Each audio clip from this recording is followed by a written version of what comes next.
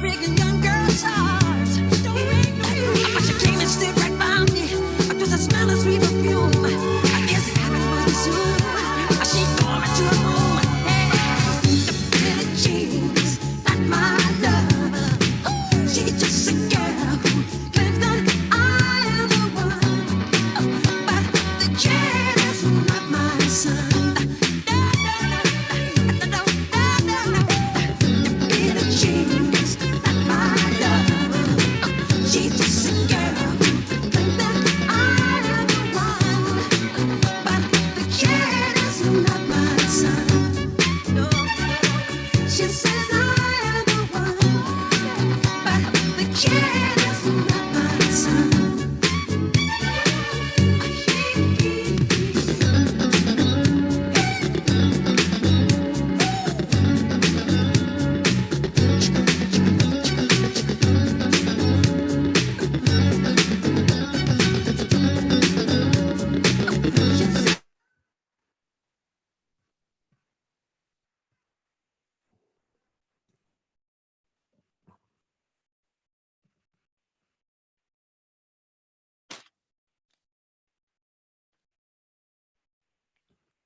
All right, hey everybody, welcome to the Hanover County Democratic Party 2021 Wilmington, City of Wilmington Municipal Forum.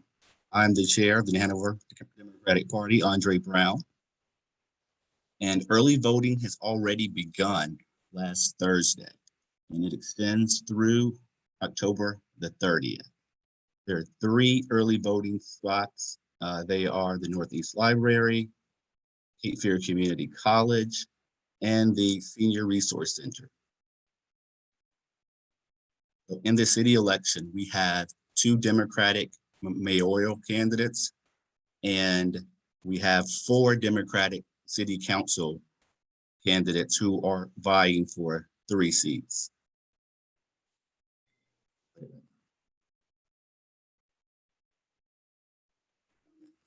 All right, so before we begin, I do want to thank my fellow municipal candidate committee members, Clayton Hammersky, he's the precinct chair of CFO1, Vicky Velasco, our first vice, Suzanne Werner, our second vice, and Mr. James Cummings, who will be our moderator. And Mr. Cummings is the co-editor of our weekly e-blast. And lastly, but definitely not least, I want to thank the stars of the show, our Democratic candidates, for being here this afternoon. And we look forward to learning a lot. The questions that we formulated were intended or designed so that you can figure out or have an idea of how each candidate would govern once elected. A little housekeeping matter before we begin. I'm going to launch a poll, and this is for Dem Party members who would be interested. We're trying to gauge the interest of persons who would be comfortable attending an in-person holiday party and fundraiser in December. So I'm going to launch the poll for a couple of minutes. You can click yes or no whether or not you would be comfortable meeting in a public venue in December. And then I will turn it over to Mr. Cummings after that.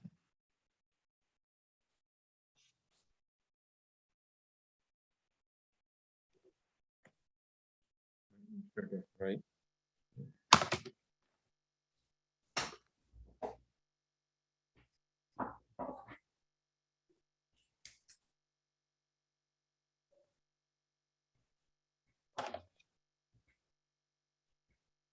So.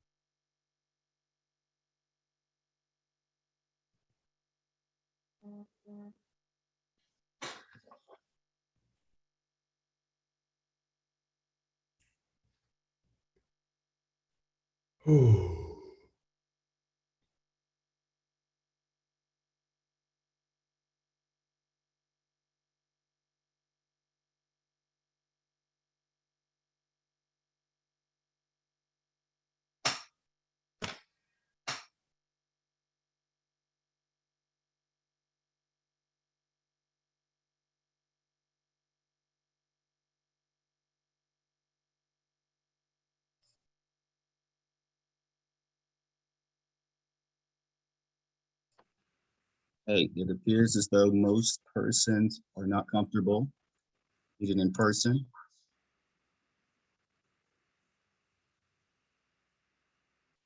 Bear with us one moment.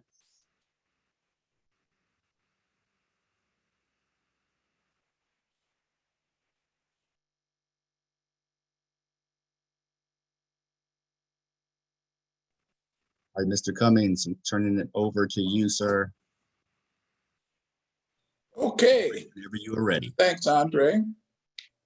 As Andre mentioned, I'm James Cummings. I'm a volunteer here with the New Hanover County Democratic Party, and I'll be serving as moderator this evening.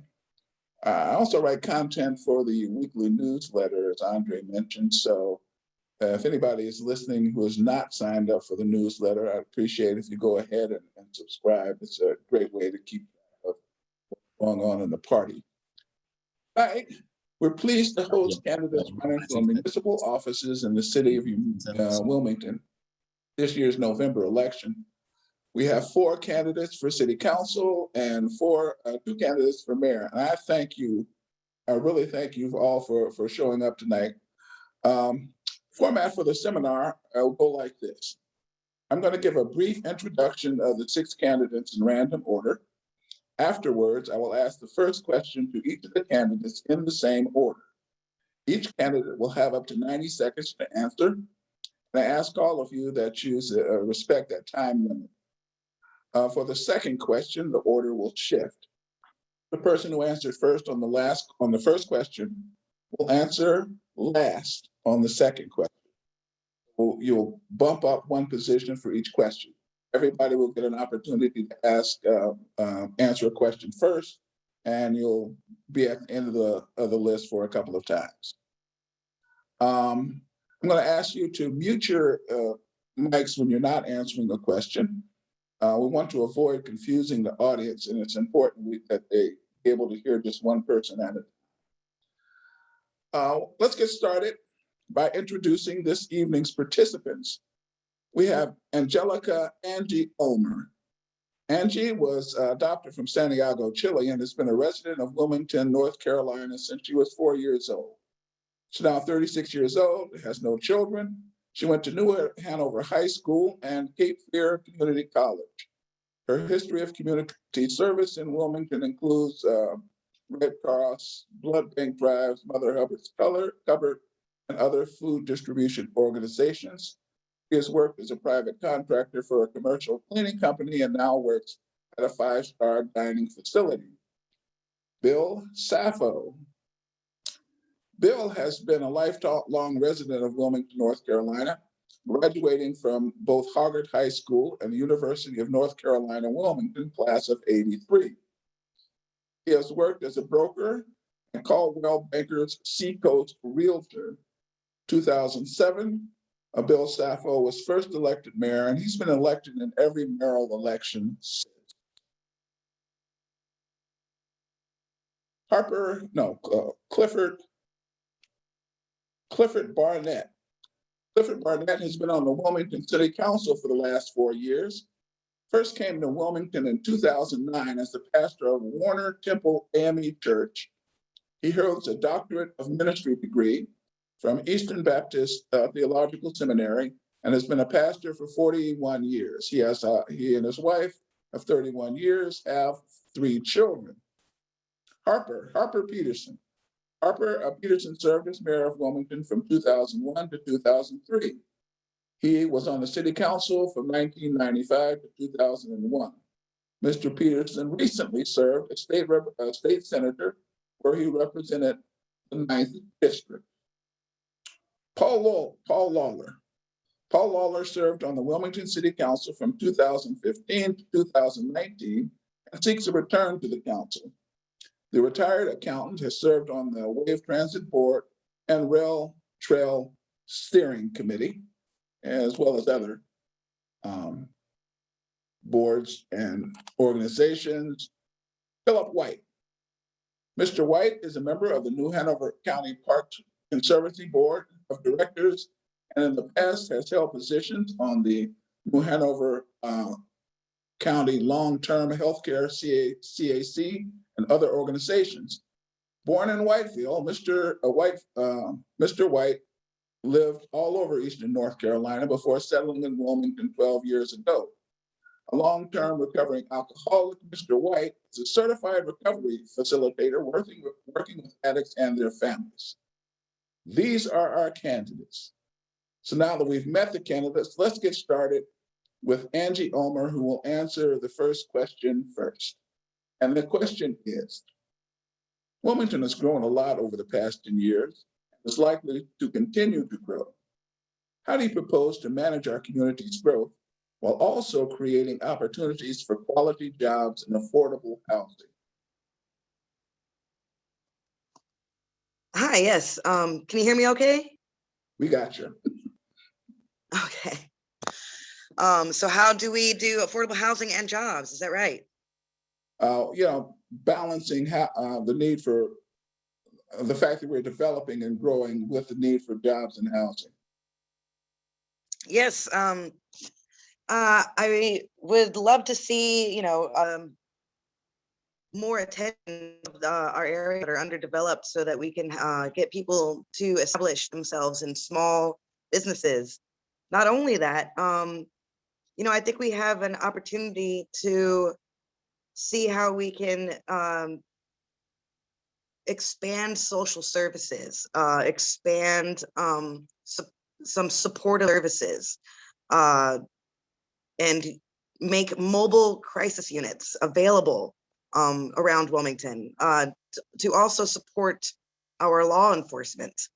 I think that we could use our colleges, the ones that we have around, Millermont included, Cape Fear included, UNCW included, to find applicants for these types of jobs, to facilitate the road that we would have go down on this. Because we do need a lot more hands-on in the community. We do need a lot more presence in the community. I was listening to an interview where they were saying we can't put an officer on every street corner. Yes, I understand that. Don't want to but we interrupt you, but we are at 90 seconds. So if you want to hold some of that for the next question. Oh, sure. Okay, great. Going to go with the same question for Bill Saffo. Wilmington has grown a lot over the past 10 years, and it is likely to continue to grow. How do you propose to manage our community's growth while also creating opportunities for quality jobs and affordable housing? Well, thank you very much, and thank you to the New Hanover County Democratic Party.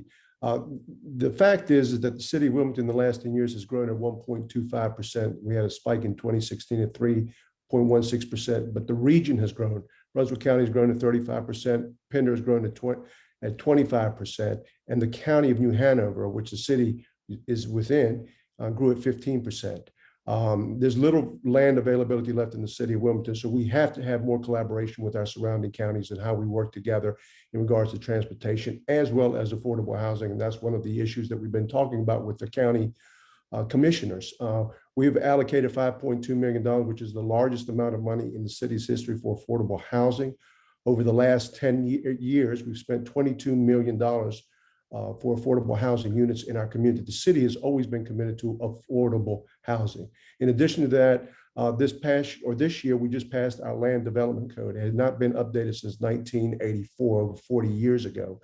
And the land development code was formulated with a lot of citizen input, took 4 years to happen. And I think that the citizens got it right. They said to us very clearly that they want more walkability. They want services closer to where people live. They want more protection of the environment, trees, as well as our waterways. And I think the city has done that and has worked very diligently to do that. In addition to that, the county of New Hanover, of which the city has probably created the vast majority of the 30,000 jobs in the last 10 years, gives a lot of opportunities to a lot of people to be able to stay here in this community. And that's very important. Today, we made an announcement that we will be working with the film industry, the IATSE union, the Glow Academy, and a lot of others, as well as the Wilmington Film Commission, to allocate $400,000 of ARPA money to train film workers for the 21st century. That money will be spent where we will train the workers, and then we will also employ the workers to be able to work in the film industry, which is, of course, a dynamic industry in our community, the largest year ever, $350 million and over 1,300 people. Thank you, working Mr. every day. Saffo. Thank you. I did a lot in a minute there. Thank you very much. Yeah, it's hard to recognize a minute and a half. Okay, we're gonna go with the same question for Clifford Barnett. Wilmington has grown a lot over the past 10 years and is likely to continue to grow. How do you propose to manage our community's growth while also creating opportunities for quality jobs and affordable housing? Okay, thank you. Thank you for asking the question. I would incentivize the housing projects as well as working with colleges and the schools to prepare people for employment. I think we need to continue the partnership with our institutions. We need to help people get better jobs, higher paying jobs. And so to do that, I would work on incentivizing housing and leverage higher education to create employment pipelines, so that kids, when they come out of school, they have a dream, they have a plan, and they can work on getting a good job and getting employment so that they can in turn afford to buy a house. Also, again, partnering with communities. As the mayor mentioned, we've given $5 million toward housing, and we're going to continue to do that along with the land development code. We're excited about some of the changes that we've made in that. Thank you. All right, thank you very much, Mr. Barnett. Mr. Peterson. Wilmington has grown a lot over the past 10 years and it's likely to continue to grow. How do you propose to manage the community's growth while also creating opportunities for jobs and affordable housing? Please unmute yourself. Thank you, Mr. Cummings, and thank you, Mr. Brown, for this evening. I think if you ask anyone in the community how they feel about growth and development, there's a bit of unease to confusion to right out anger. But we can't keep up. Our infrastructure can't keep up with the accelerated growth. And we need to have someone on council, hopefully the entire council, have the courage to say no to overdevelopment. We're talking about roads that are impacted, crowded, congested, unsafe.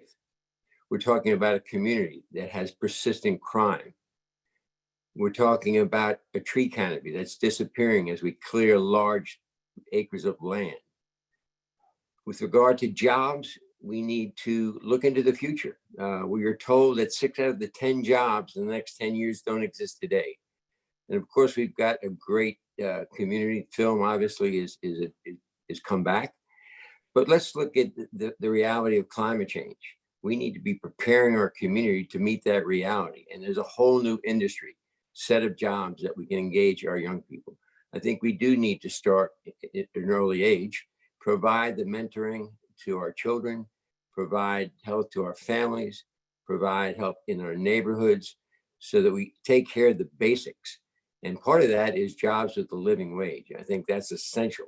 Too many people have to work 2 and 3 jobs. With regard to affordable housing, we've been talking about for 15 years.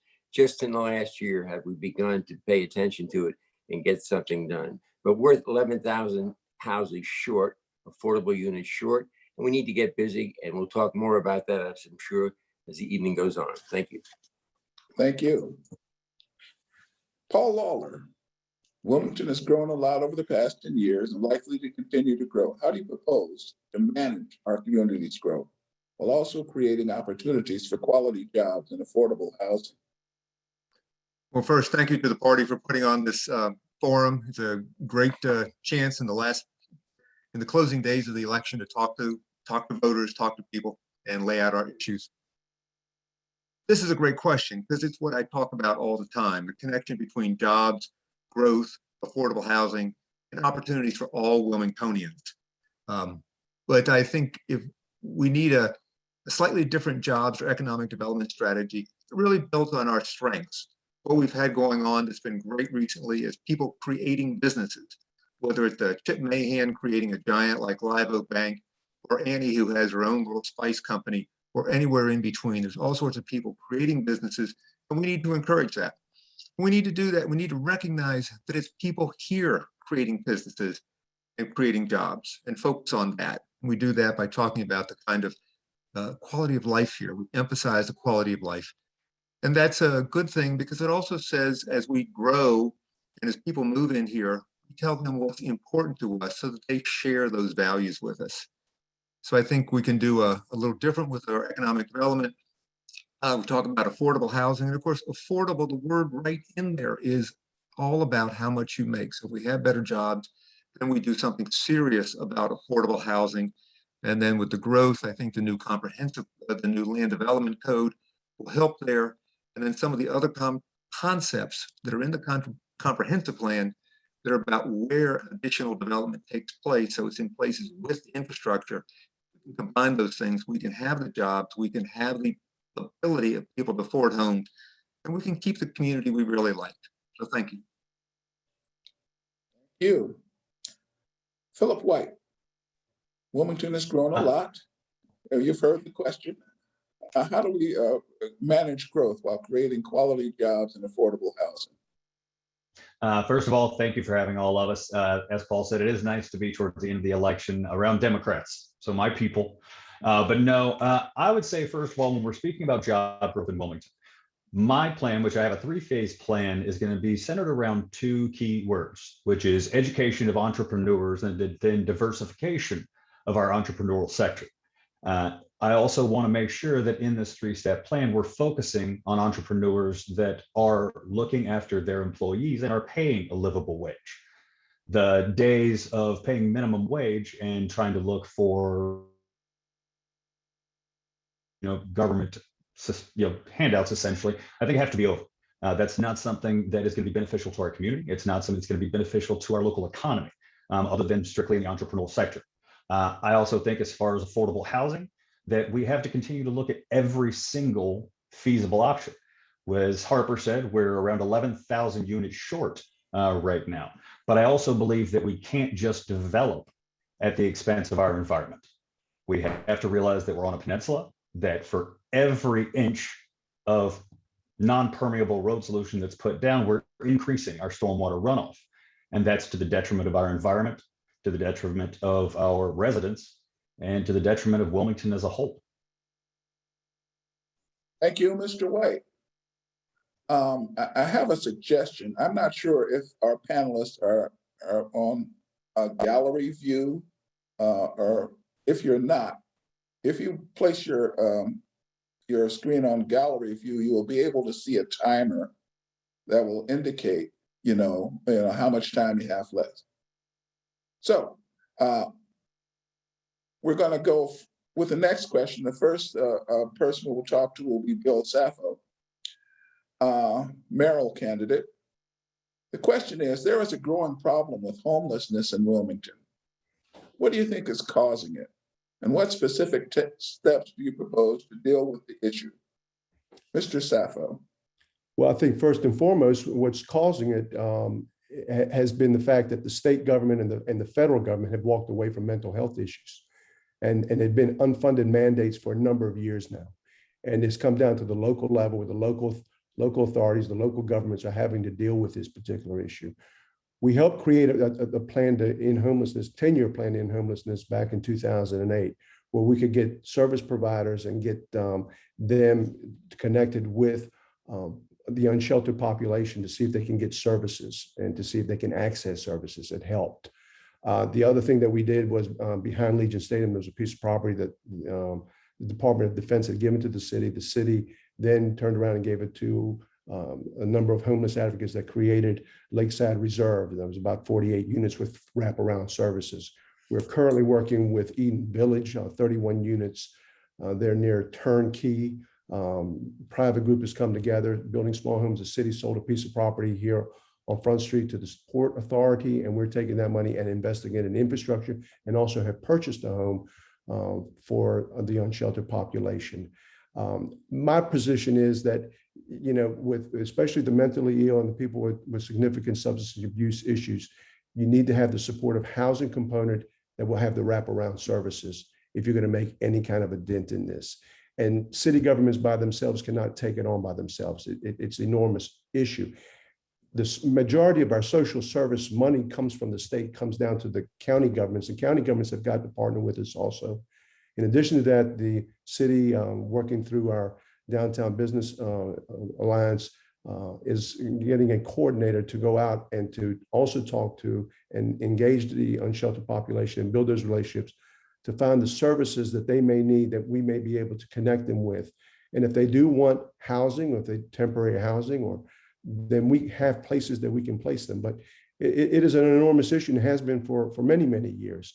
And the city will do everything in its power, but we're not alone in this fight. But I will tell you, it's an unfunded mandate from the federal and state level, first and foremost, and we'll do the best we can. Thank you, Mr. Sappho. Clifford Barnett, same question. Growing problem with homelessness in Wilmington. What do you think is causing it? How do you propose to deal with it? Specific steps. Right. I agree with Mayor Sappho in the sense that homelessness, much of the cause is, I'm sorry, my video wasn't on, I apologize. Agreeing with Mayor Sappho, homelessness, one of the major problems with homelessness is, of course, mental illness.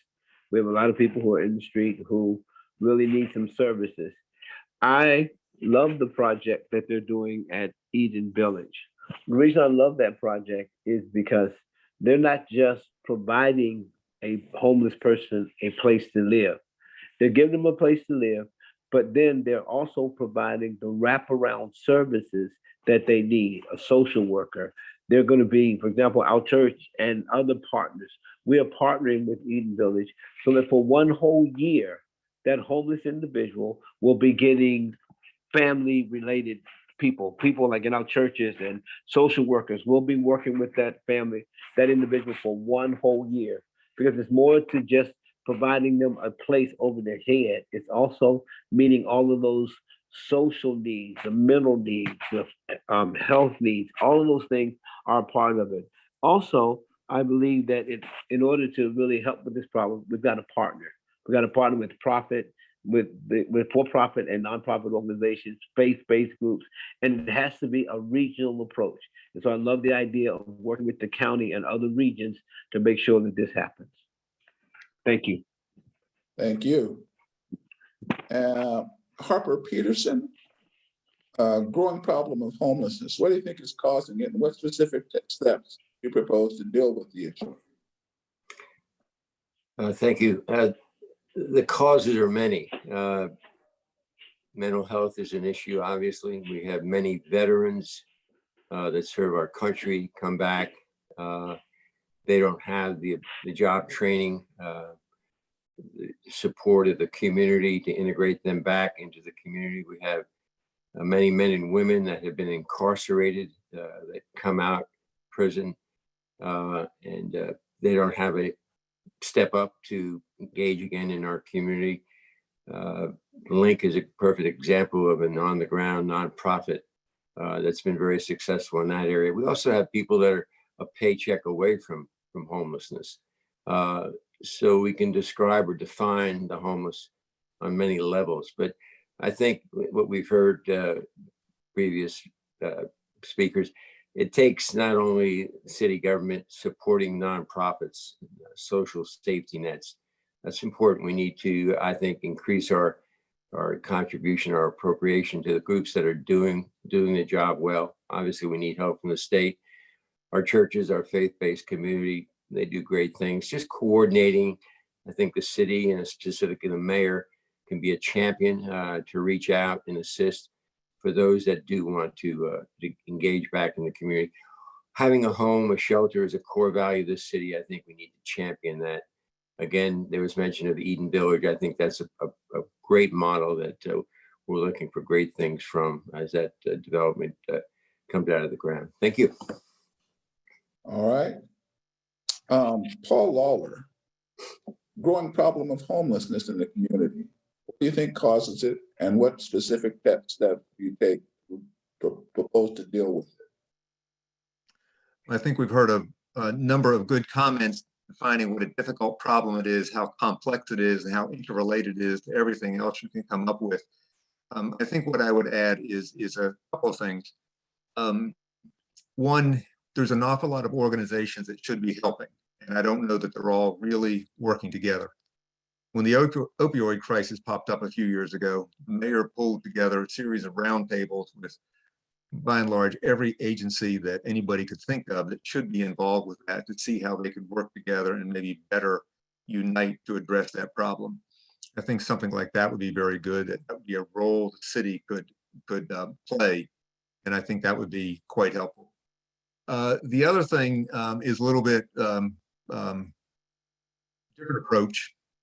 I've had a chance to meet some of the people who live in Wilmington Housing Authority housing. And there are an awful lot of people in there with a great deal of ability.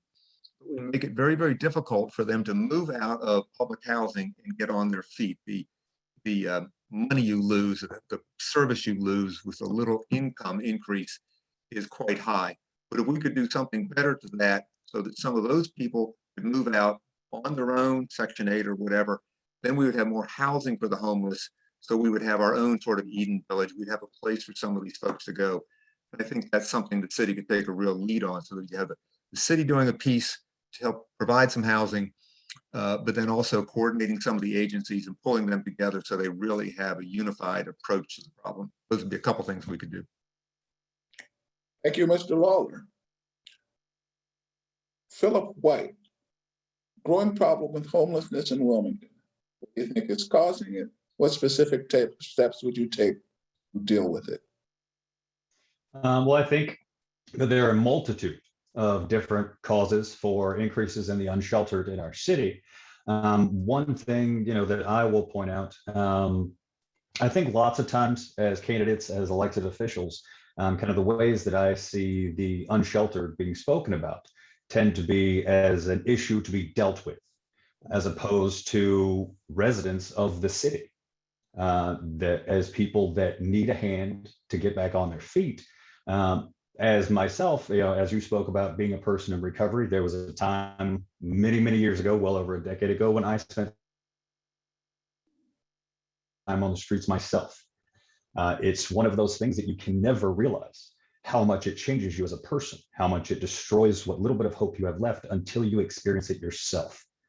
I myself, as a person who works with individuals in recovery, because addiction is a huge issue in the unsheltered population, see that whereas the city may be spending millions annually on addiction services, I see that the overwhelming majority of our citizens who are trying to get access to that help are just unable to.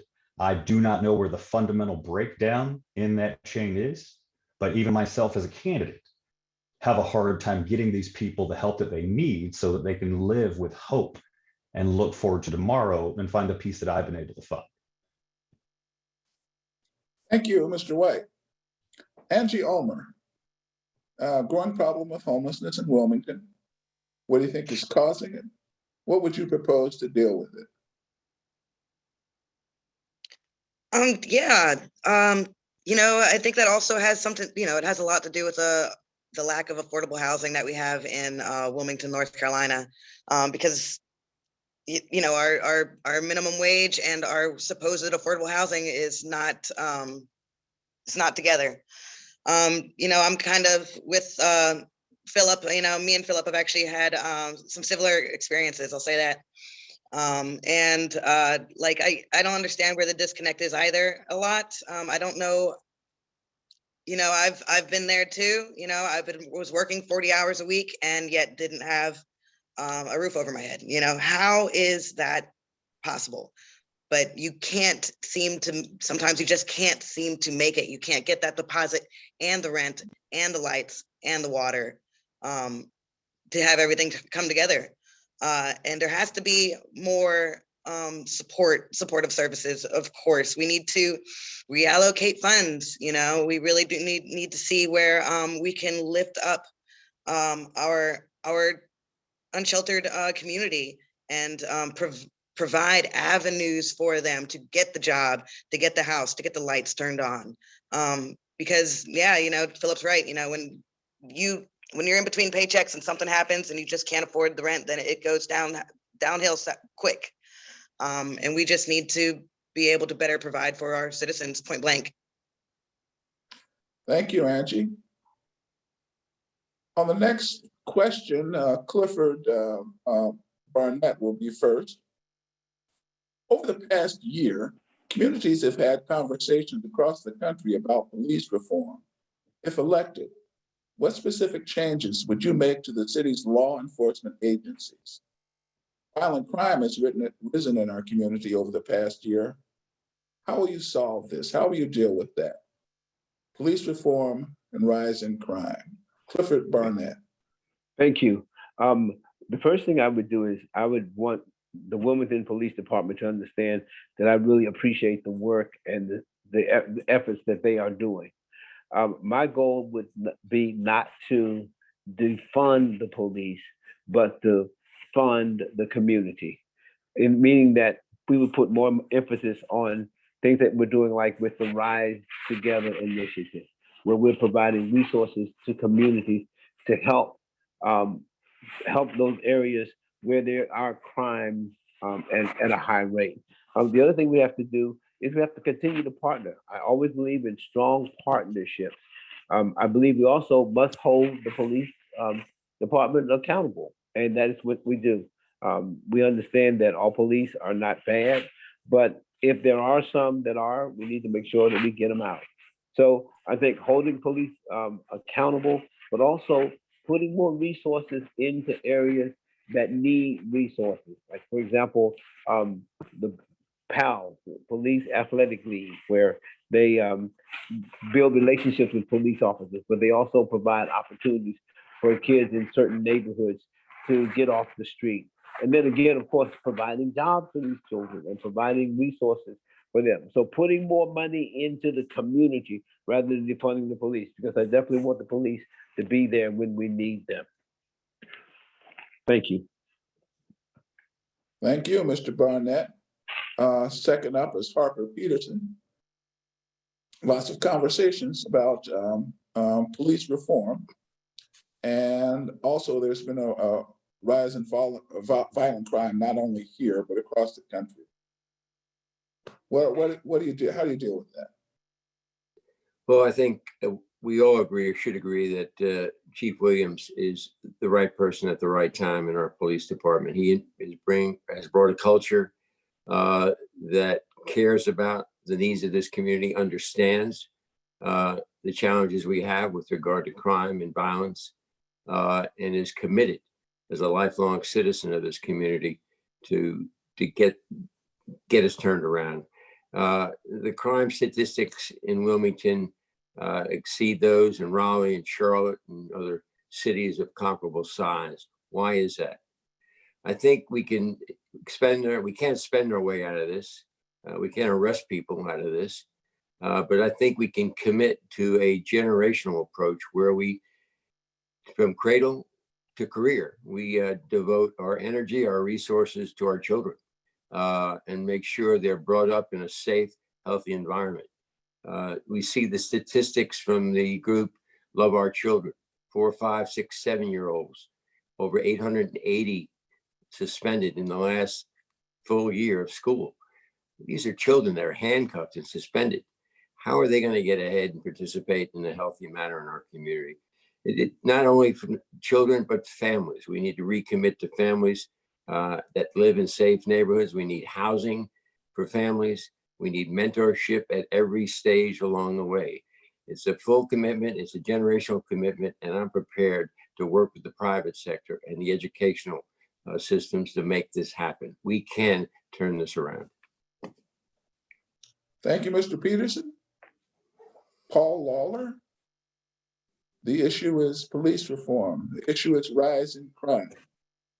What do we do? I think there's a couple things we can do here in Wilmington. One, a lot of what we ask the police to do is to handle people who have addiction problems, people who have mental health problems. People have all sorts of problems that puts them in crime. And what we need is to be sure that we get those folks to the appropriate agency. I'd like to see what's the process, what's the procedure, what's the usual and customary when the police have had a neighbor who's bipolar and tackled a UPS truck one day. How do they get him? It would be stupid to lock him up. and I think everybody knows that. But do we have a good system where the police can take that person to the mental health services so he can get the service he needs?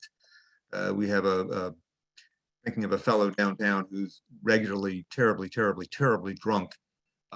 He needs to get to some sort of addiction service. So I'd like to see what we can do to make sure that we have a connection from people who have problems to the services that they should be addressing those.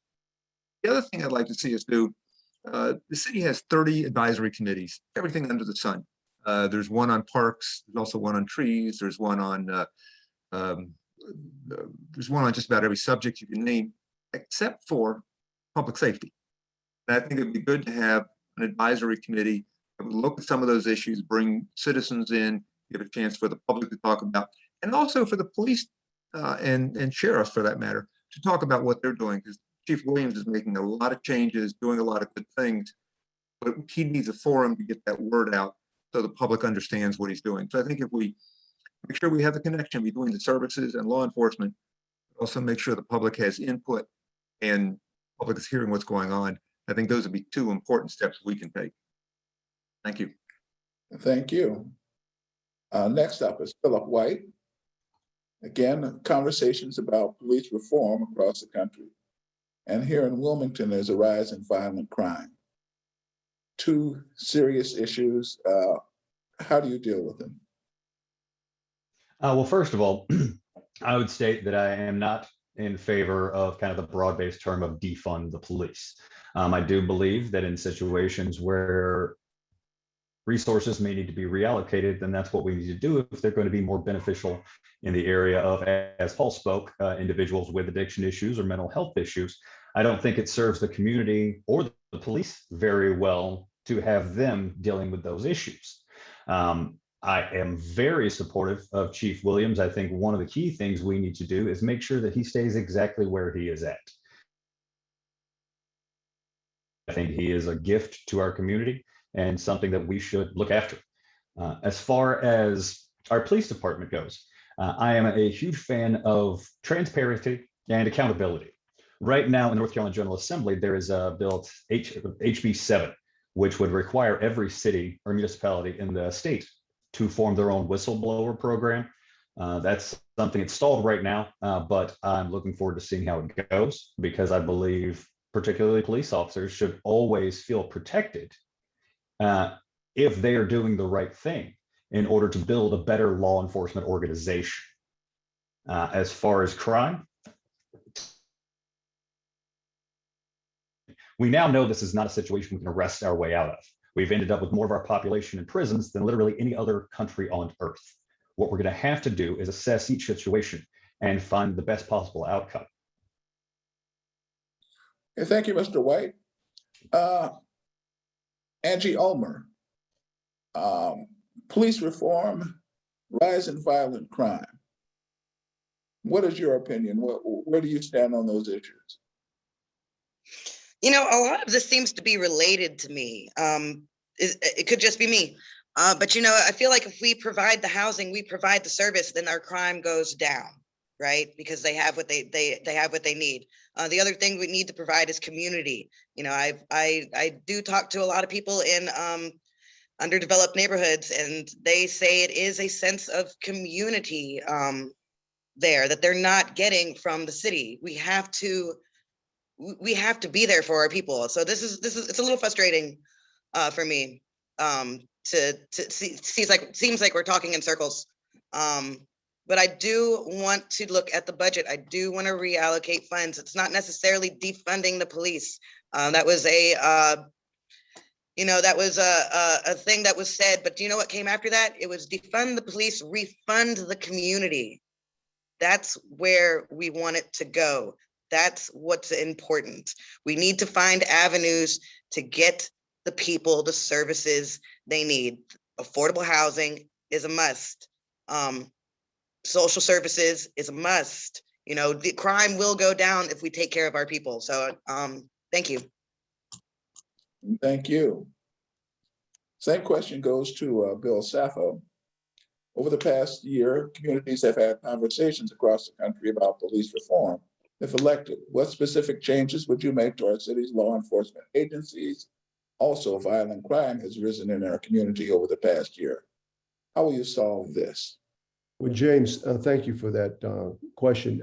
First and foremost, the city of Wilmington receives about 150,000 calls for service. And those are coming from our citizens. They're asking for our police department to come. They need their service. That's our number one service that cities deliver, and it's probably our biggest expenditure.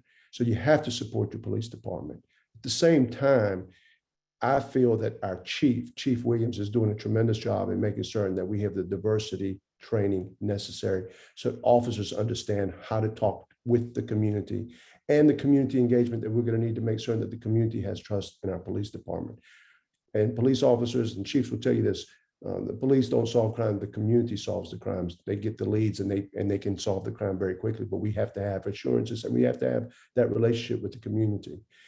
Transparency is very important. When I first got on city council, one of the first votes I took was to make sure that we put the videos in the cars. So we would have video cameras in all of our police cars. Same thing now is with body cams. I think it's extremely important that every officer wears a body cam and every officer goes through significant amount of training. And I'm not talking about training one time. I'm talking about training every single year. And the chief is committed to that. And since the chief is from this community, part of this community, he has tremendous relationships and has a lot of respect for within the community. And he expects the same from his officers, which is very important. The other part of this is to continue to make certain that we're making these significant investments in our nonprofit organizations that are leveraging a lot of that money that we, the taxpayers, are paying to help them to help families and to help young people. The city of Wilmington supports a great program called Voyage. We created a jobs program. It employs about 100 kids every summer. We've been doing it for the last 5 years, where these kids learn job skills, great job skills. And a lot of these kids have been hired by the companies that they've gone to work for. This is a great public-private partnership. In addition to that, we have a great partner with Lynx and Frankie Roberts and his organization. When people have been incarcerated and come out of incarceration, and him bringing them back into the community and working with him. We just gave him a fire station, one of our old fire stations, so he could start working and mentoring young people in the community that are having issues. And I think he does a phenomenal job. There are a number of organizations that do great work out there, and we need to continue to also fund them, because that is a prevention piece, which can cut down on the amount of money that we spend on the prevention, on the enforcement piece. So I think that's very important. Thank you. Thank you. Our next question, we're going to start with Harper Peterson first. Are city services currently being adequately funded? And if not, what should be done about it? Who advocate increasing property taxes in Wilmington?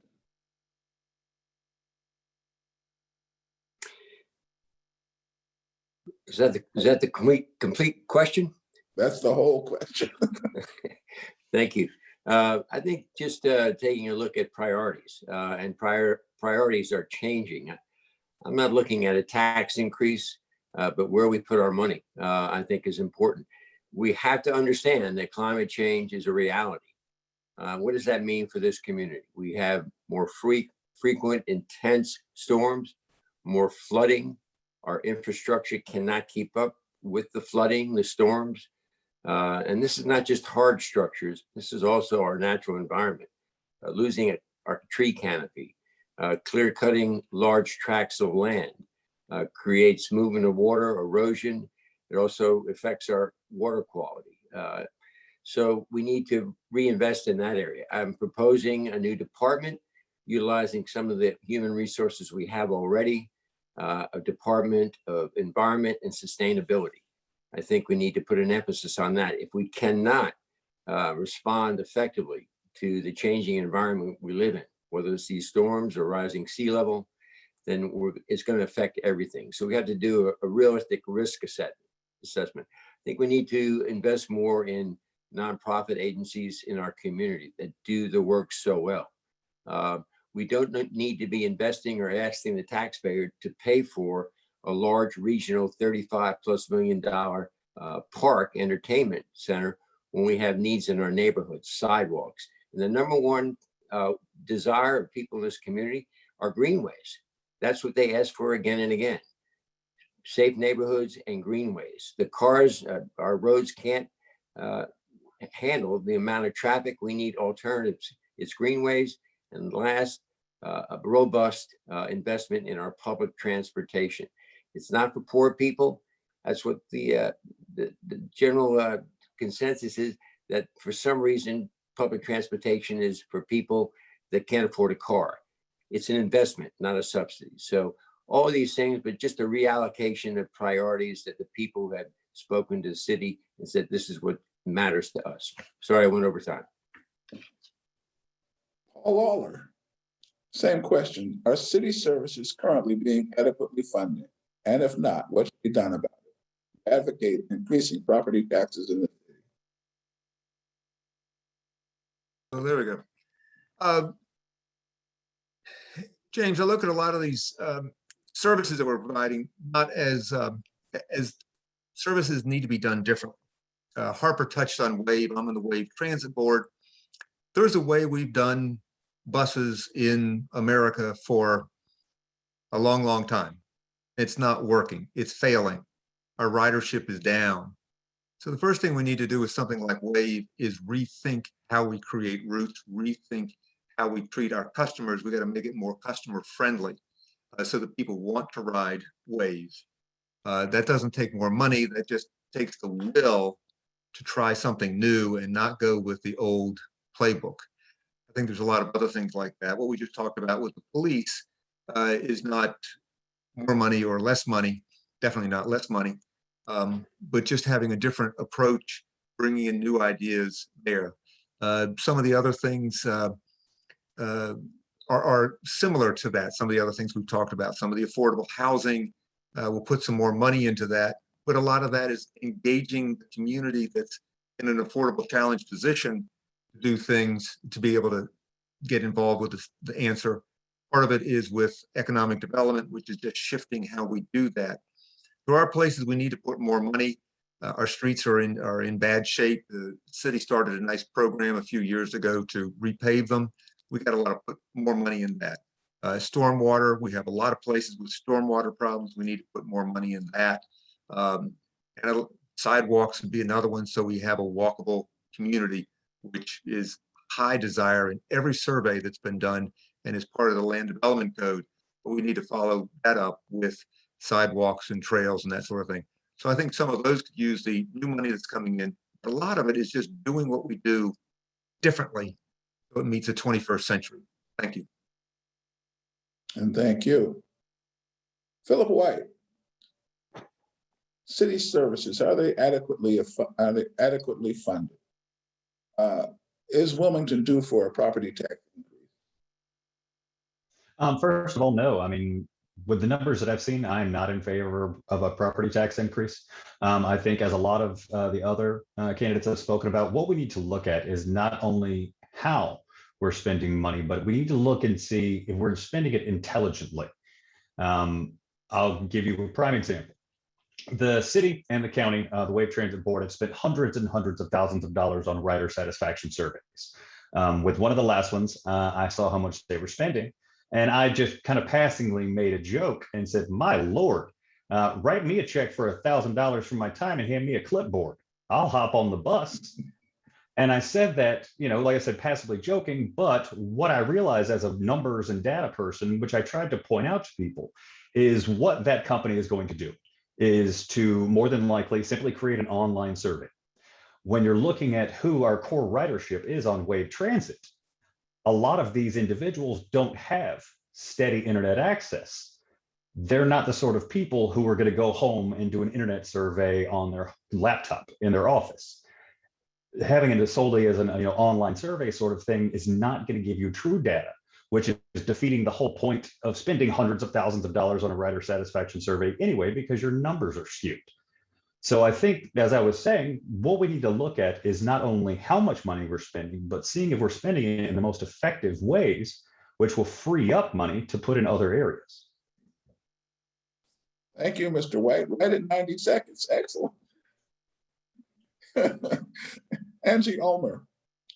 Are the city services currently being adequately funded? And if not, what should be done about it? To advocate increasing property taxes in the city. Yeah, difficult question because I don't want to see a property in tax. You know, there are enough people getting taxed out of their homes as it is. I'm really trying to keep people in their homes. That's a big priority, you know. Um, so as for, are they adequately funded? You know, and unfortunately they are not. You know, a lot of us have been talking about the transit system and we're going to revamp that. You know, I'm waiting for it. I'm here for it. I want to see what these micro buses are gonna do. I want to see if it really will have more riders, bring more money in. You know, that's a decision that's already been made, and I kind of want to see how it's going to go. I think it's like a 16-person rider bus, so they can have like 16 people on. But yeah, I really think that we have some room to play with the budget to reallocate funds to serve to provide for our services. You know, it's I think it's a little easier than we're making it. But that's just me. This is my first time around. So I appreciate you guys. And yeah, no, we'll find a way. Thank you. Thank you. Bill Saffo. Our city service is currently adequately funded, and if not, what should be done about it? Do you advocate increasing property taxes in the city? No, I do not in favor increasing property taxes. And there is always a concern that you do have residents that are on the edge and could lose their property or move out of Wilmington because of a rise in property taxes. Look, every time or after every election cycle, I sit down with the elected leaders of the community of the city council, to determine what their priorities are, and then formulate a plan with them to see what are the most important things for the city council to work toward. Elections tell us a lot of that. We've been hearing a lot about affordable housing. Also taking into consideration that 50% of the city's budget goes for public safety, police and fire. It's the number one service the cities provide. Obviously, there's a lot of other issues, parks and recreation, zoning issues, streets, stormwater, and a number of other things. But we have to balance that. Now, I always have this funny little saying that says, everybody wants to go to heaven, but nobody wants to die. Everybody wants all these nice things to happen, but they don't want to always pay for them also at one time. So you have to prioritize, you have to phase it in over time. And city councils work on that. We're very sensitive to the needs of the community. Going to WAVE, which is a great example. The city has always been committed to public transportation. The authority was created in 2002 between the city and the county, but was not given a funding mechanism. The city has always funded WAVE, its highest level at $1 million for a year. The county, on the other side, also gets services and gets the use of that bus system, but they're only investing $325,000.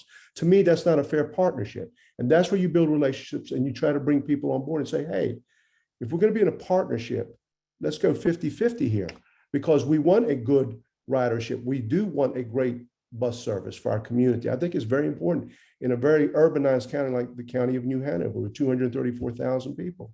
But you have to have and build those relationships and trust. And I think that with Mrs. Parker now at the helm of WAVE, I think that we will see a new day there. And I think that there is a movement at the county commission level to support the WAVE transit, and I hope they do so. But here again, it's that the priorities is to sit down with the elected leaders of the city council and determine what their priorities are based on what the citizens are telling us, and then to make sure that we're implementing it to the best of our ability. Thank you. Clifford Barnett. Our city service currently being adequately funded, and if not, what should be done about it? Do you advocate increasing property taxes in Wilmington? Thank you for the question. No, I do not advocate increasing property taxes for the citizens in Wilmington. One of the things that we did this year, we passed a $42 million budget. And as the mayor mentioned, all of the items in the budget were prioritized. There were things like housing and transportation and reestablishment of streets, all of those things. And one of the things that we've got to understand about where we live here in Wilmington is that we are in, like, I don't want to call it a hurricane alley, but a hurricane can strike any moment. And one of the neat things that we've done with our budget is that we've had a fund balance. That means we had a rainy day fund. so that, for example, when the hurricane hit, when we had COVID hit, we could borrow money from the federal government, but we had money in reserve to use before the federal government sent us their money. So, and then the other thing that we do, we have a great staff, and the staff works with the budget, and they invest and reinvest our monies. So it's a great idea. I think that we as citizens, we need to make sure that we use our tax funds efficiently as possible. And the answer, of course, is not as simple as just let's raise the taxes or let's increase them. Our city is involving with the rest of the world. So as custodians, as members of this community, we have to re-examine our efforts to make sure that we're spending our money as wisely as we can. Thank you. And again, right at 90 seconds. Great job, Mr. Barnett. Next question, actually, Harper Peterson sort of alluded to this previously. We're going to start with Paul Lawler. What is the city's responsibility in combating climate change?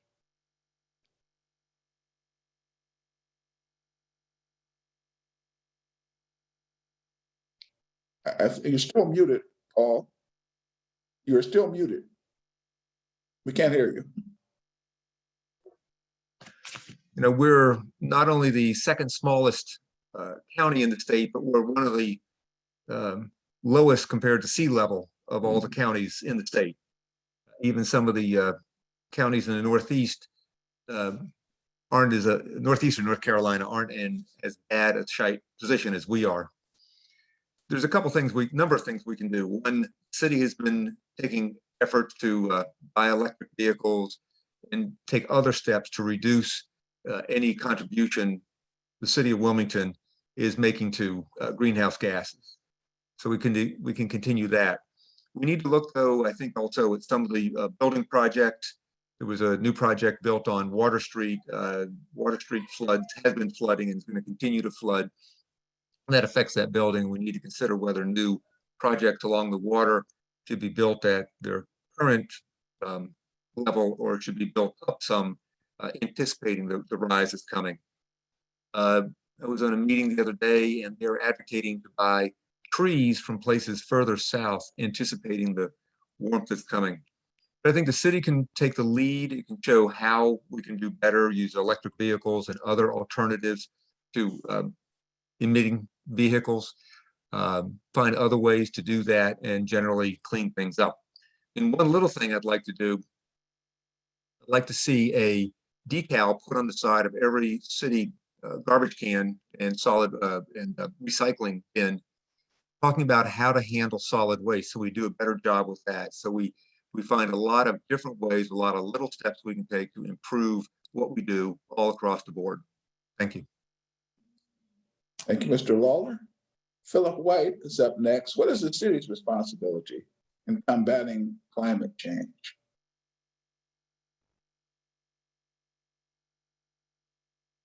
Well, I think, as we all know, we live on a peninsula. We are, it's one of the things that we all love about this area, but it also could have the potential to just wreak havoc on all of our residents. Hurricane Florence made it readily apparent that we cannot continue to pave over, as I said earlier in the forum, every square inch of our city with non-permeable road solutions, which increase stormwater runoff. But one thing I think we absolutely have to do is when the city looks at the sort of businesses that it's giving its tax incentives to, we have to give priority to incentives toward clean commerce. Things that are going to provide living wages, but also that are going to have a positive effect on our local environment. Locally, we know we're sadly the home of far too many Superfund sites. Pollution is a huge issue that we deal with on a daily basis. We live by the port. We are surrounded by methyl bromide. We're surrounded by tons of formaldehyde that get dumped. I love my house, but I wish all of that wasn't right outside of it. We also have to, I think, get serious about setting realistic expectations on what we're going to be accomplishing as a city. I believe, as I said, that the city has to play a role. I believe we have an obligation in doing everything that we can do to mitigate climate change for the future of our city and our residents. Thank you, Mr. White. Angie Ulmer, climate change in Wilmington. What do you think?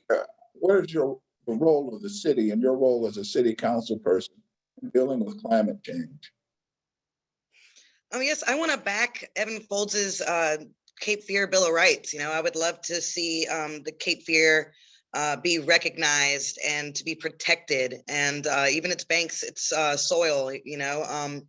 If we have healthy soil, we can grow and provide food for our communities. But we have to take care of the ground first. I really like Philip White's ideas with the permeable roads. I mean, there's a lot of roads that need to be redone. Let's redo them that way. Red Cross Street and Third. There's been a lot of complaints about all that. Let's do it. Let's make it so that the water can seep down into the ground, so that we're not making it so that the water has nowhere to go. But yes, I think we need to back the Cape Fear Bill of Rights. I think we need to see it as an entity that needs protection, needs to have rights to be able to be clean, and that's only going to help us with our drinking water and etc. Thank you, Ms. Ulmer. Bill Saffo, what is the city's responsibility in combating climate change? Well, I think that the city plays an important role, and I think that we have taken a lead in a number of things. I know that there's been some discussion about the Department of the Environment or Sustainability. The city has a Department of Sustainability. David Ingram has been running that for a number of years, and has put a number of priorities before the city council every year that we look at to implement to reduce our greenhouse emissions. I think that's extremely important. The city passed resolutions against offshore drilling in 2015 and 2018. We also passed a resolution addressing climate change in 2017 and supported President Obama's position with the Paris Accord agreements, and reasserted that after President Trump pulled out of that agreement. We thought that was very important, that we stated as a community that we're behind that. The city also adopted through its energy task force that we created 35 individuals from the environmental community, the business community, coming together to formulate an action plan for the city moving forward, hitting goals and targets at 2035 and 2050, by 2050 being 100% energy efficient with renewable energy. And we think that's very important. We're putting charging stations in all of our parking areas. Recycling, I felt that we, the city, should take the lead. And we asked our citizens on a voluntarily recycle. And now almost 100% of our citizens recycle. And that's a great thing. We didn't force them to do it. They did it. And then the tree initiative that the city's put together, 1,739 trees. That was the year that the city was incorporated. Every single year, this year, the private sector and public sector came together, planted over 4,166 trees. And by the way, I've been out because I've been hearing stories about all these trees have died. And I know all the streets that they're on, I have the map. I don't see any of that. I've seen a few trees that are passed away, unfortunately, but not what people are saying that half the trees have passed. But I will say that I think the city has taken a very a great position and should lead. But the county should also do it, and all the beach communities also should do it, because this is important to our environment and to our community as a whole. Thank you. Barnett, what is the city's responsibility in combating climate change? Okay, our responsibility, of course, is that we definitely have to get involved. The climate data is clear. It's not a theory. It's not a prediction. It's happening now. And so as it's happening now, we are past the point of needing to prepare. We must continue to do some things. The mayor mentioned tree preservation. We've planted over 4,000 trees, partnered with churches. Warner Temple Church has partnered with a group, and they're putting like 400 trees in the north side in the next couple of weeks. The other thing that we're thinking about is he's mentioned getting electric cars. There's some things in the budget that talked about changing our gas vehicles to electric vehicles to help with the environment. Also, that land development code.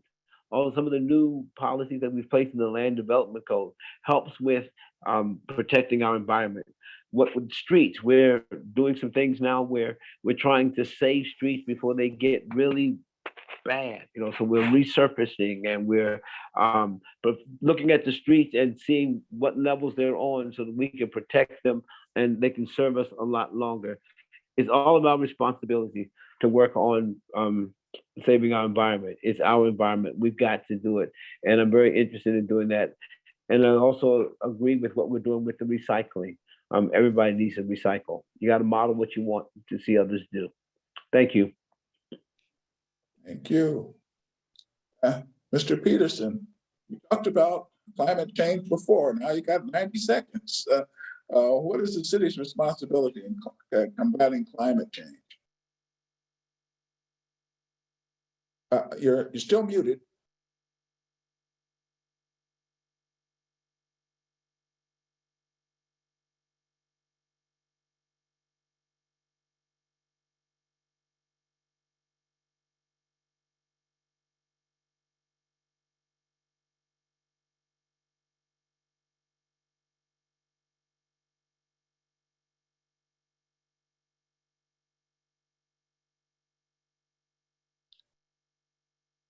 Is it possible for Andre to unmute him? We're trying.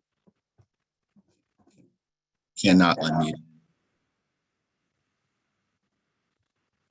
You can only ask to unmute.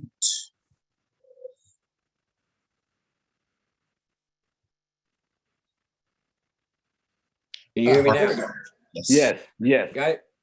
Great. You're good. Sorry about that. I think we need to come to an agreement that climate change is an existential issue. We don't have time to talk about it, and we do a lot of that. We talk a lot about affordable housing crisis, transportation, crime and violence in our community, but we need to get serious about this. And I have to point out that the city's Clean Energy Task Force is a great initiative, but it only addresses 2% of the energy that's utilized in this community in city buildings. 98% of it is not addressed in this. And we can encourage the private sector and institutions to participate, but that's not going to get the job done. So we need a strong voice out in the community, encouraging people to get on board with all the recommendations that have been made. The job opportunities that are available in new industries and sustainability. This is the future. And I think not only in renewable energies, but electric vehicles, we need to get serious and move forward. There's too much complacency, and there continues to be. And I want to bring fresh ideas, new energy, and real solutions to address preparedness and turning this around and making it productive for our community with new jobs, living wages, that'll impact all the basic needs that we have, from housing to nutrition to access to health. This is our future, but it begins with a serious approach to responding to climate change and sea level rising in our community. Thank you. Thank you, Mr. Peterson. We have, for the sake of time, we had a few extra questions, but we're gonna have two more. And we're gonna, after the two questions, each candidate will get 30 seconds at the end for a closing statement. But the last two questions, the first one is, you will have only one vote on a council of 7. How would you work with the other members of the council to move our city forward? Mr. White, you have 1 vote out of 7. How do you handle that? How do you work with the rest of the council? Well, I actually kind of answered this question the other day in the Star News questionnaire. And one thing I pointed out is, having first come into politics, one thing I noticed is there are a lot of egos that need navigating from time to time. Politics seems to me to be the only situation that I've ever seen in my entire life where conflicting ideals or conflicting egos are a justification for not doing the job. I will get it accomplished by reminding people what we're there for, who we serve, and by finding common ground to move forward. As I said, I don't understand why elected officials get a pass for not doing what is best for the community in situations simply because of a disagreement over ego or in purpose. But that is how I will get it done. I'll keep it short and simple. Thank you, Mr. White. Angie Ulmer, if you get on the council, you only have one vote. How would you work with the other members of the council to move the city forward? Yes, I want to be a bridge, I want to get the needs of the people. I want them to be heard on council. And there are a lot of different ideas, a lot of different viewpoints in the community alone, and then trying to navigate that to get the point across to our leaders who have their own views. I can understand where that could be, frustrating and everything else. But, I just want to try to get the message from our community to our elected officials, to the people that are there leading. And just as long as we can have that conversation that, this is what is needed, we can have that other conversation of how do we get that done. But I've always been like an open book. And I like to bring people together, and I'll just, keep trying to do that, trying to keep coming up with solutions to the problems. I think we all really want the same thing, I love all these guys here, so I wish there was more of them, like more of us out there. But that's all I can do is just try to be a bridge of communication so that we can get stuff done. Thank you. Bill Saffo, you'll only have one vote on the council, on a council of 7. Some people seem to think that the mayor has more like veto power or something than the rest of the council, but you're one they vote. can just do it all. How do you work with the other members of the council to move the city forward? Well, first and foremost, when you have 6 other members of council in this 7-member body, you have a lot of different ideas and thoughts, and that's a good thing. Or, we may have a number of disagreements on a lot of different issues, but that means people are thinking. I think that you have to respect everybody's opinion, and you have to take it into consideration. You have to walk in their shoes. Everybody comes into the council from using maybe from different paths, representing different groups and different groups of people. My philosophy has always been, you can play 2 ways. You can be a zero-sum game, I win, you lose, or you can play a non-zero-sum game where we all win and we all try to find some common ground to work together toward. I've been a consensus builder since I've been there, and I think that's the reason I've been elected as many times as I have, because I respect people's opinions. But at the end of the day, we have to move the community forward and we have to work together. And I've been able and demonstrated that we've been able to do that. It's just not about me or I, it's about we. We work together as a team. But we're not always going to agree, and that's a good thing. But at the end of the day, we have to move the community forward. And we do bring a lot of ideas, fresh ideas to the table. And sometimes I may come into a meeting thinking about it one way, and I hear a council member that takes it from another position and may change my opinion or my thought about a particular issue because they brought something to the table that I was not aware of. So I think it's just building relationships, good working relationships, respecting people's opinions. And no matter what political stripe they're from, or whether the conservatives or liberals or whatever they are, it's just working together and getting things done. We're at the municipal level. There's not a Republican way or Democratic way to fund and take care of your police and your community. It's the community, and we work for the community, for the citizens of this community, and that's our job. Thank you. Thank you. Clifford Barnett, you have one vote on a council of 7. How would you work with the other members of the council to move the city forward? I've had the pleasure of actually doing that. And the way I try to do it is, number one, I try to seek to understand rather than just to be understood. I also like people. I love people. And so things that I do personally is I listen. I try to put myself, as the mayor said, in other people's shoes. I try to make sure that I'm respectful of everyone who talks, but I also do my homework. I like to study. I like to know what the issues are so that I can present my point. I am too a consensus builder. I don't hold grudges. I don't try to get you back or pay you back. My goal is to do what's best for the city of Wilmington. and I go by my gut and my heart. I like to listen, and sometimes when the decisions get tough and it seems like it's kind of sticky, I like to do what I call take a step back.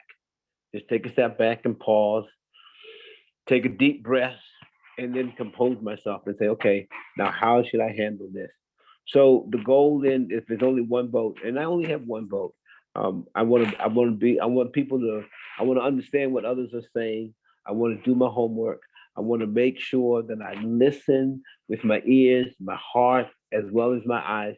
And I want to make sure that I am there so that I can understand what they're trying to present, but also with my gut and my heart, do what I feel is best for the citizens of Wilmington. Thank you.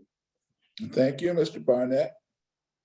Harper Peterson, you have been mayor previously, but you only have one vote on a council of 7. How do you work with the other people on this council to move the city forward? I have to agree with a lot that's been said. I'm one person among 7. You listen intently and you articulate your position and you try to come to some common ground. I think that's understood. That's the most effective way. But I'd like to take a different approach here. Too often when we're elected, we elevate ourselves to a higher platform of wisdom, and we forget about the people that put us in office. We forget about the issues that were important to them. What I did 20 years ago, I'd like to reinstitute, where we brought the city and senior staff into neighborhoods and listened. I think that's a good exercise. And out of that, some of the things that we created that really addressed important, crucial issues in the community. We started the Mayor's Task Force for the Disabled. We initiated the Veterans Center near the airport that came out of a joint city-county effort. We created the Housing Coalition. We resurrected the Arts Council when it was dead. These are things that the community brought to us that we wouldn't have thought about once we were elected.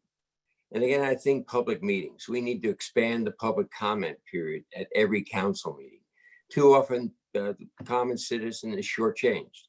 Developers and applicants get the full staff support, hours upon hours of consideration, but the people are limited to 15, 20 minutes. And I think we need to level that playing field as well. Thank you. Thank you, Mr. Peterson. Paul Lawler, you'll only have one vote on a council of 7. You've been a councilman in the past, so you know how to deal with this. You deal with being one member of a council of 7 and moving the city forward. What's the old adage?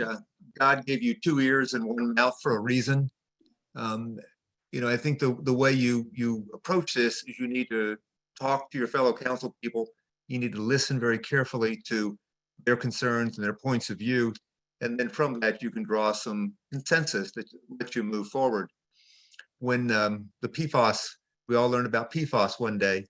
I talked to my fellow council people, found their concerns, found they were all concerned, found a consensus about what we could do, drew up a resolution. And at the very next council meeting, we unanimously condemned Chemours and called on Chemours and the state and some others to do some things to improve the situation. Can't say they've done much, but we did take that position early by coming to a consensus.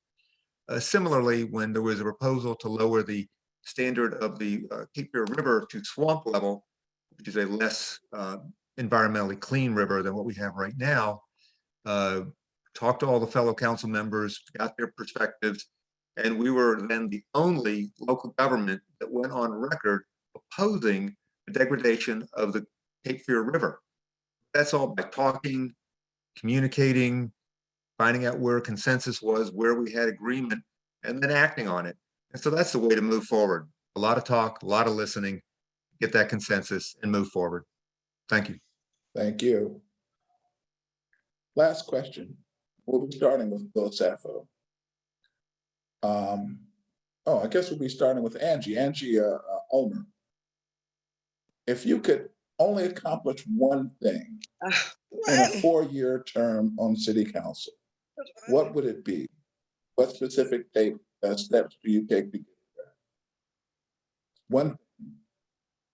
Just one, huh? Man, put me on the spot there. I really have to stick to my guns there when it comes to reallocating funds from the police department into our communities, because that's, that's gonna change a lot for a lot of people. If we can fund our treatment centers, if we can fund our nonprofits that help the community, if we can fund our shelters for the unsheltered, I really think we need to look at that, reallocating some funds there, because that's going to cover. If I only get one, that's going to cover a lot of different areas. That's going to help regular Joe, just like me, regular Jane. It's going to help regular people that are just trying to make it. So yeah, I don't want to take that off the table. I don't think that I'm not ready for that discussion to end. I think last year they called for $5 million to be reallocated to what they called restorative justice. We just need to figure out exactly where that money is going to go back into the community. So I don't want to leave that one alone. Thank you, Angie Ulmer. The same question to Bill Saffo. If you could only accomplish one thing in your next 4-year term, what would it be? And what specific steps would you take to get it done? Well, mayor runs on a 2-year cycle, as opposed to a 4-year cycle, but on a 2-year cycle, I think one of the most important things that we're facing as a community and as a region is transportation issues. And the state has made no provisions in the last 20 years to increase any kind of revenue for the Department of Transportation. The last 10 years, the state of North Carolina brought in 1 million people. We're anticipating an additional 1 million people by 2030. And the 4 areas of the state that have been identified by state demographers that will get the most, or will have the most people moved to, is Asheville, Buncombe, Charlotte, Mecklenburg, Raleigh, Wake, New Hanover, Pender, and Brunswick counties. And we have about 50,000 people coming in a day into our city that are not residents of our city. As I said, our growth rate for the city has been growing by 1.25%, and this past year grew at 0.99%, less than 1%. But we see the traffic that comes into our community every single day. We've had significant discussions about the bridge, the replacement of the Memorial Bridge with a toll bridge. And you can see what's happening at the state level. They're not funding transportation projects. And now they're saying we're going to toll everything. That's the new mantra here. And we need to have a better understanding and discussion, not only among city council and county commissions, but our fellow elected leaders in Brunswick and in Pender County, and to speak with one voice in regards to transportation, because we're all being impacted by this. And it's not fair to the citizens of Wilmington to say, oh, we're going to just take on this transportation. It's impossible. And most of the roads in the city of Wilmington, unbeknownst to a lot of people, are owned by the state of North Carolina. Oleander Drive, College Road, Shipyard Boulevard, Market Street. They're owned by the state of North Carolina. And we need to start demanding our state representatives and our state leaders to take a bigger responsibility in how they're going to maintain the roads and increase the capacity in the roads with these many people that are moving and coming to this area, not only to move here, but also to visit here. We have a tremendous amount of tourism that comes here, and they have to go through the city of Wilmington.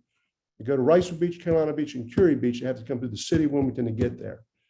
And so we've got to start speaking one voice in regards to transportation issues in a regional voice, just like they've done in Charlotte and Raleigh, if we expect to get our hands around these transportation issues. And we've had elected leaders up there that have not done the job. Thank you.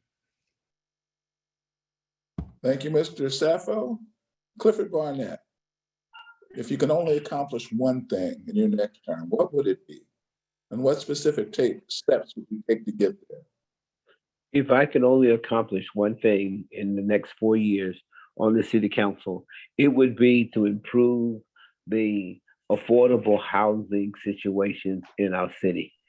When I say improve the affordable housing, I'm also referring to improving workforce housing, housing for teachers and police officers and first responders, folks who work in our city but cannot afford to live in our city.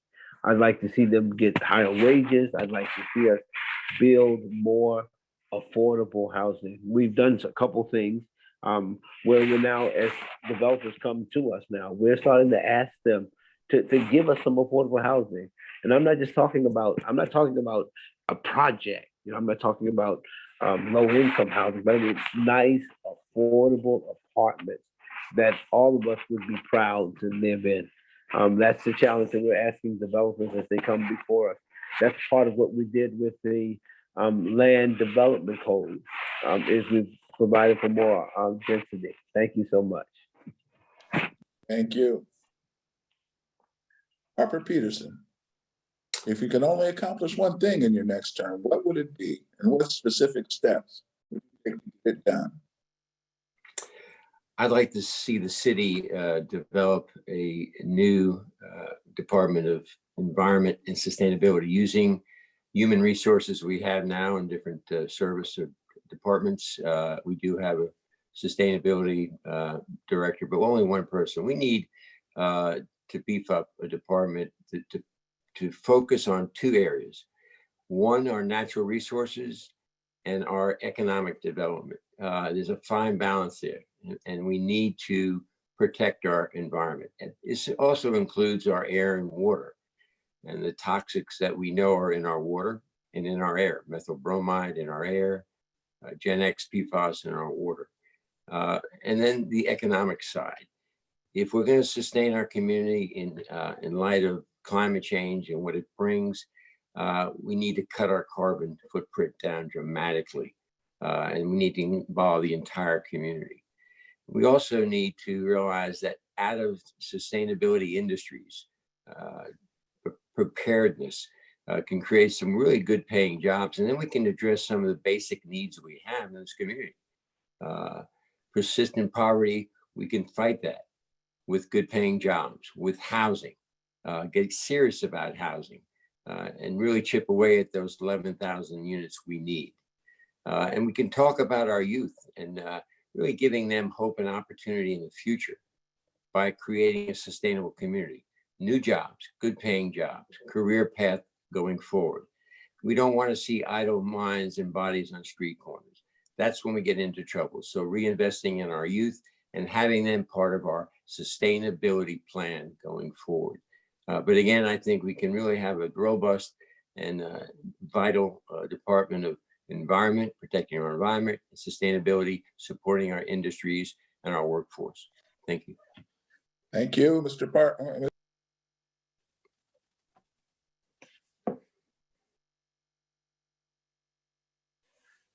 No, he's, I'm sorry, I apparently muted myself. Paul Lawler, if you can only accomplish one thing in your next term, what would it be, and what specific steps would you take to get it done? If I could do one thing in the next 4 years, I'd like to start changing our economic development or our jobs strategy. And I choose that because your economic situation affects so many other things. If you're talking to that kid and you're saying, you need to do well in school, and that kid doesn't see any economic future in front of him, it's hard to get him to focus. If you're saying to somebody you don't want to go into crime, but that person doesn't see an economic future for him, it may be hard to get him to do anything but crime. We have so many people who work in jobs that are sort of okay, but they don't pay well. They need better opportunities. Talk about affordable housing.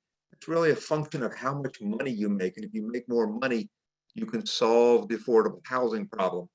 So I would try to shift our economic development or our jobs creation strategy so that we get more decent incomes, more prosperous futures for all the residents of Wilmington.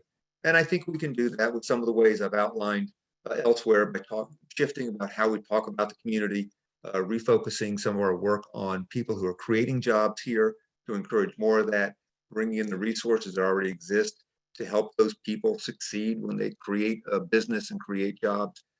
But if we could create better economic opportunity for our citizens, we would do so much for everybody, and we would do so much for our nagging social problems that we've all talked about tonight. Thank you. Thank you. Philip White. You get onto the council, you can only accomplish one thing. What is that one thing, and how would you go about doing it? Well, I've heard a lot of great ideas here tonight, and going back to the last question, that's one of the wonderful things about, every sort of council member kind of having their own set of priorities. One thing that I have not heard mentioned, which I think is absolutely essential to our city and to our area moving forward, is we kind of all know the surroundings of the massacre of 1898. We know that prior to this event, in many ways, Wilmington was a model for what Reconstruction could be in the South. We look at statistics, and according to the U.S. Department of Labor, Black-owned businesses only are around 6% of businesses. That's completely unacceptable. We know that there are structural elements and systematic elements which have intentionally been done to keep business ownership out of the reach of African Americans. So I am the only candidate who actually has a plan for racial restitution in our city. What I am speaking about are things like property tax increase moratoriums in historically Black neighborhoods on single family primary residence. I think that's a good way to begin to help Black people establish generational wealth, which we know is something that has never really been fully accessible. I'm speaking about, tax incentives for Black-owned businesses. I'm speaking about a multitude of different things, which I believe not only do we have an obligation to do, but I believe will set this city on a path moving forward to being the city we should have always been. Thank you very much, Mr. White. We are going to have each of you in order give us a 30-second closing statement, or whatever topic you want to talk about, whatever you want to emphasize. You'll have 30 seconds to wrap it up. I'm going to start with Mr. Sappho, Bill Sappho. Yes. Closing statement. Yeah, thank you, James, and thank you to the Democratic Party for hosting this tonight. I've been a consensus builder. I've been your mayor for quite some time now, but we've gotten a lot of things done. I'm very proud of the things that we have accomplished as a council, working together for the people in the city of Wilmington. I think we've revitalized downtown Wilmington. I think it's one of the jewels of our area. We've created this brand new land development code, 40 years in the making, with a lot of public input. We created a cross city trail with over 20 miles of lanes now and miles, and about to be expanded from our transportation bond that we passed in 2014. We've revitalized and really supported our film industry, and right now it's employing 1,300 people a day and 7 productions that are here in the community. A lot of people said it couldn't be done with the grant funding, but it was. We've accomplished a lot of things, but we did it working together. And I just want to emphasize that as the mayor of this city, has been my number one priority, is be consensus building and work together and to build relationships, not only with the city council, with county commissioners, our state representatives, and our federal representatives. Thank you for giving me this opportunity this evening. Good night. Thank you. Mr. Barnett, 30 seconds. Thank you for this opportunity. I may not have all the answers, but I do have a passion for our city. I do want our city to go forward. We do understand that all of us here have that same passion, and we know that what we do will mean a lot 50 years from now, 100 years from now. So I have enjoyed my first 4 years on city council. I've asked a lot of questions. I've worked very hard, and I will continue to work very hard. I solicit your support, and I'm just excited about the privilege and the opportunity to serve this great city. Thank you so much. Thank you. Harper Peterson. We have 2 choices in this community. We can continue on the course we've been on for the last 15 years, accept the status quo. I believe it's broken. Or we can set off on a new path with new ideas, new energy, real solutions. I think I can provide the experience, the managerial expertise, the legislative expertise, and most important, I can listen to you, because anything we do to succeed is going to have to begin with citizens listening to your desires. I have the utmost respect in your opinion and your priorities, and I will follow that. Thank you, sir. Paul Lawler. your closing statement. Well, I want to say 5 things. 1, please get out and vote. 2nd, please get your friends to get out and vote. 3, please get your neighbors to get out and vote. 4, get whatever organizations you're in, get those folks to get out and vote. 5, find somebody else that I didn't just list and get them out to vote. Our friends across the aisle are very well organized. They're very well funded. They're very well focused. They're working hard to make a change to this city that I don't think is what it needs. So we need for you to get out and vote for 3 candidates for council. Choose 3 of us. We get out and vote and get everybody else to vote. I'm Paul Lawler, and I'd appreciate it if you'd make me one of those 3. Thank you. Thank you, Mr. Lawler. Philip White. Yeah, so I'd just kind of like to spend my closing telling everyone a little bit about why I'm running. So I am running for Wilmington City Council because I know firsthand what it's like to struggle in this city. I also know what it's like to pick yourself up and better yourself through hard work and a lot of luck. I'm running because I know what it's like to feel like your municipal government isn't hearing or just isn't responsive to the ideas that you have and that you think will make things better. And simply put, I just don't see a single candidate effectively accomplishing the things that I believe not only do we have a role in, but we have an obligation to our residents to fulfill. I hope you'll vote for Philip White for Wilmington City Council. Thank you. Thank you. Angie Ulmer. Yes.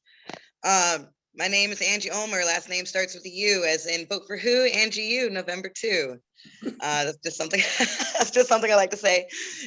But really, you guys, this is my first time around. I know Barnett made it on his first time around. That's an amazing feat. I wanted to be at the table. I wanted to be involved in these conversations. I'm a volunteer girl. I'm not going to stop volunteering. I'm still going to be in the community. I'm still going to be involved. And you know what? Now they're just going to see my beautiful face a little bit more at these council meetings and at these school board meetings and at these commissioners meetings. So I'm not going anywhere. I love the candidates. Good luck to everybody. Just thank you for letting me participate. This has been an amazing ride. Thank you. Thank you. And finally, Bill Saffo, your closing statement. You already closed, James. I'm sorry? I mean, I'll take a second shot at second bite at the apple if you want me to. Okay. But I don't want to violate the rules here. That's cheating. That's cheating. Thank you very Can't do much. that.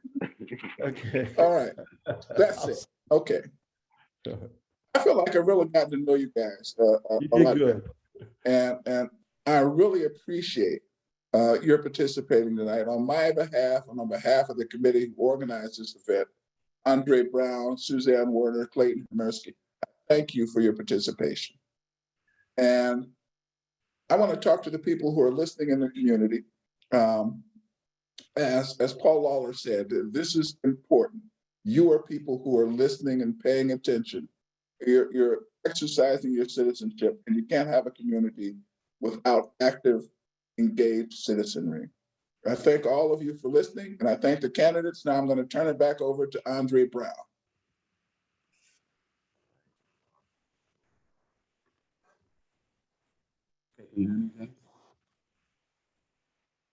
James?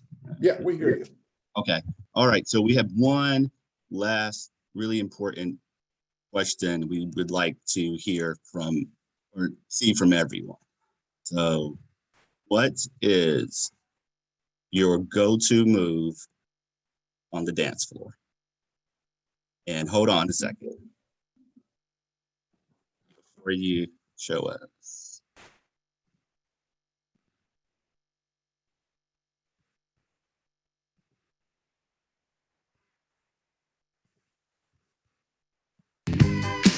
Can't touch this. Look what you got. Can't touch this. My music hits me so hard, makes me say, oh my Lord, thank you for blessing me with a mind to rhyme and to hype me. It feels good. against the wall. I'm a wallflower. I'm known as such, and this is. I told you, homeboy, you can't touch this. Yeah, that's how we living, and you can't touch this. Look in my eyes, man, you can't touch this. Yo, Thanks, everybody. Touch this. Thank you, guys. All right, enjoyed it.